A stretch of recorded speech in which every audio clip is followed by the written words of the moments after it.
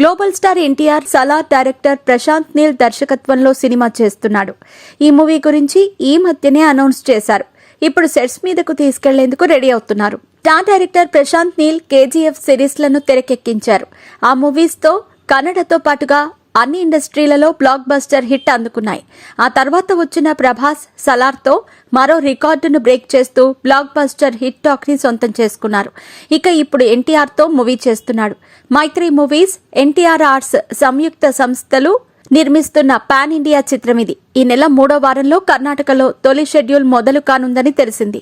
ఇక ఎన్టీఆర్ వచ్చే నెలలో సెట్స్ లోకి అడుగు పెట్టనున్నారని సినీ వర్గాల నుంచి సమాచారం. ఈ మాస్ యాక్షన్ ఎంటర్టైనర్ లో తారక్ ఇంతకు ముందు చేయని పవర్ఫుల్ పాత్రలో సందడి చేయనున్నారు. హీరోయిన్ గా రుక్మిణి వసంత్ ను ఫిక్స్ చేశారు. అలాగే 2 కీలక పాత్రల కోసం మలయాళం నుంచి టోవినో థామస్, బీజు మీనన్ ఎంపిక చేసినట్టు తెలుస్తోంది. వచ్చే ఏడాదికి ఈ మూవీని ఫినిష్ చేసే ఆలోచనలో ఉన్నారని తెలుస్తోంది. సమ్మర్ లేదా దసరాకు ఈ మూవీని రిలీజ్ చేసే అవకాశాలున్నాయని తెలుస్తోంది.